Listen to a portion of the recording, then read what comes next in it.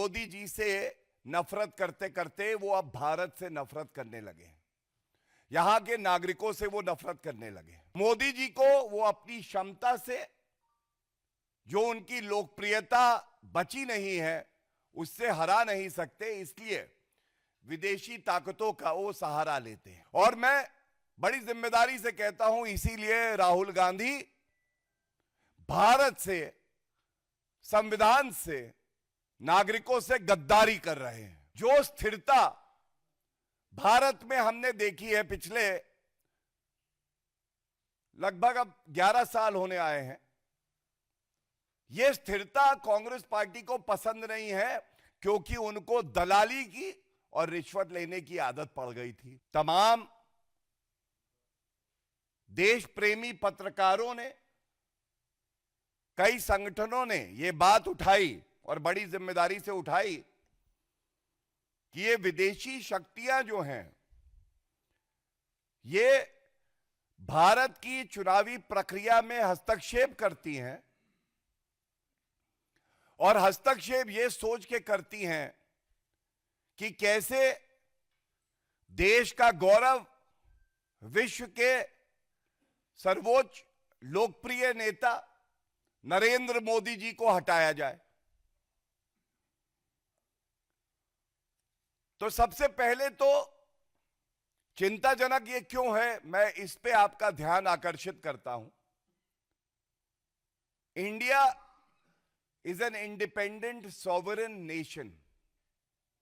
संप्रभुता भारत की हमारे अंदरूनी मामले में कोई विदेशी ताकत क्यों हस्तक्षेप करेगी। और यह और चिंताजनक तब हो जाता है जब कांग्रेस पार्टी नेता प्रतिपक्ष राहुल गांधी, जो कि संविधान की शपथ लेते हैं, वो देश विरोधी गतिविधियों में संलिप्त पाए जाते हैं। It is worrisome that leader of opposition,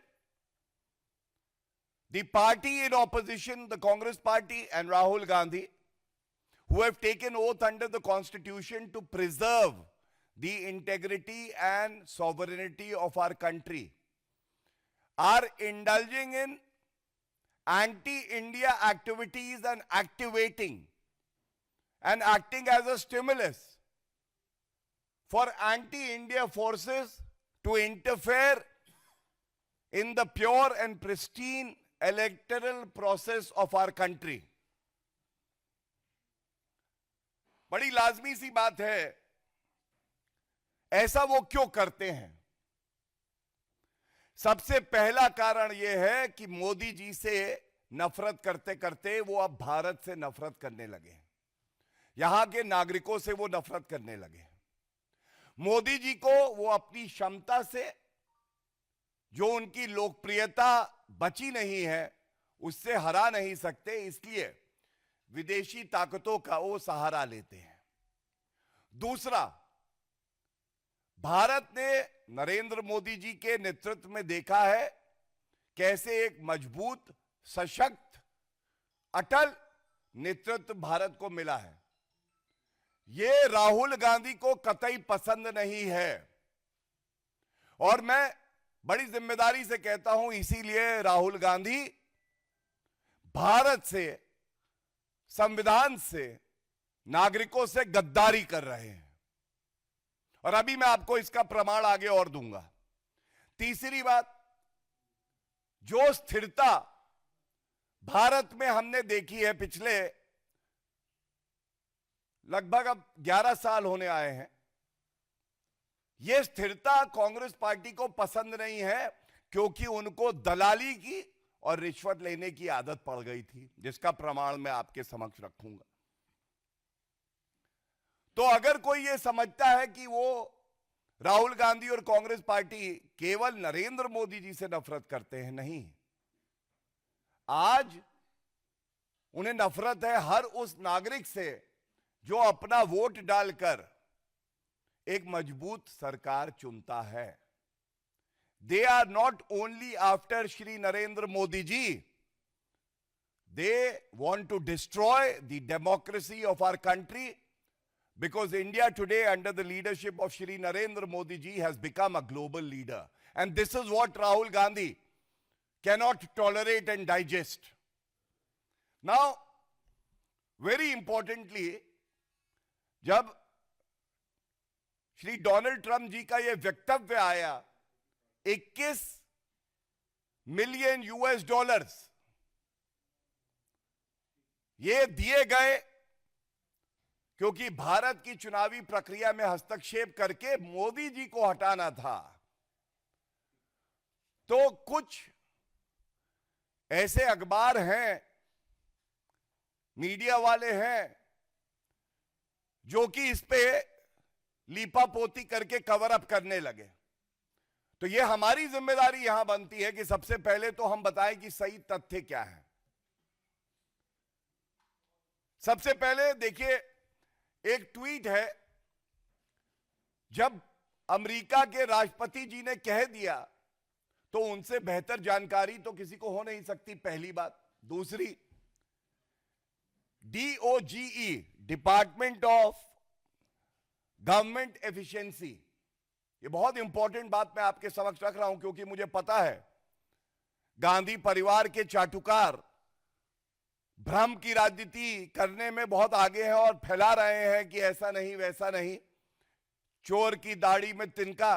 तो ये ट्वीट दिखाता हूं मैं आपको, और जिसमें क्या लिखा है, तमाम ऐसी संस्थाएं और देश जहां पे हस्तक्षेप हुआ, और उसमें एक लाइन लिखी है, including 22 million US dollars for inclusive and participatory political process in Moldova, जिससे हमें कोई लेना देना नहीं। लेकिन दूसरा, and 21 million US dollars for voter turnout in India. It's a verified handle जो गवर्नमेंट एजेंसियों को मिलता है एक्स पे। 21 मिलियन यूएस डॉलर्स ये वहां की जो मिनिस्ट्री है वो कह रही है। तो अमेरिका के राष्ट्रपति और उनका department of government efficiency, DOGE, दोनों ये बात कह रहा है। क्या इसका उत्तर कोई देगा? अब जो बात आती है, ये तो इसलिए प्रमाण दिया कि जब हम अपनी बात आगे बढ़ाएं तो जो सवाल हम पूछने जा रहे हैं, और मुझे पता है कि राहुल गांधी में इतना दमखम नहीं है कि वो इसका उत्तर दे दे, लेकिन जो हमारी जिम्मेदारी है वो जिम्मेदारी हम पूरी करेंगे और तथ्यों के आधार पे करेंगे। एक बात और मैं उजागर कर दूं, एक रिपोर्ट और आई है कि जो फैक्ट चेकर्स हैं, fact checkers, so called fact checkers, जिनके तार जुड़ते हैं गांधी परिवार से, उनका काम फैक्ट चेकिंग नहीं है। उनका काम केवल और केवल जो झूठ राहुल गांधी बोले उसको सत्य बता के और आगे बढ़ाना है। तो इनकी भी फंडिंग हो रही है, और इसीलिए आज सुबह से ये गांधी परिवार के फैक्ट चेकर्स बड़ी अग्रणी भूमिका निभा रहे हैं बताने में कि भाई ये जो 21 मिलियन यूएस डॉलर्स है, इसका भारत से कोई लेना देना नहीं है। अब मैं आता हूं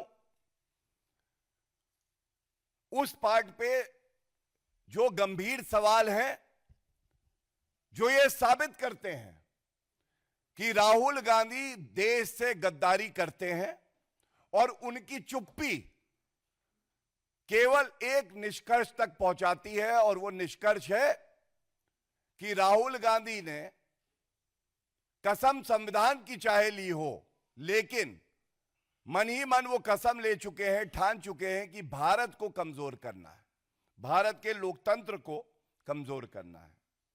सबसे पहले इस पूरे प्रकरण में भी जो नाम सामने आ रहा है, वो नाम आ रहा है जॉर्ज सोरेस। जॉर्ज सोरेस, फिर से, मतलब मैं अगर कहूं गांधी और सोरस, गांडोज, ये तस्वीर है, ये पूरे भारत में हर कोई कह रहा है। और ये इसलिए उठा रहा हूं कि शर्म नहीं आती इन लोगों को। जॉर्ज सोरोस को भारत का ठेका देना चाहते हो तुम।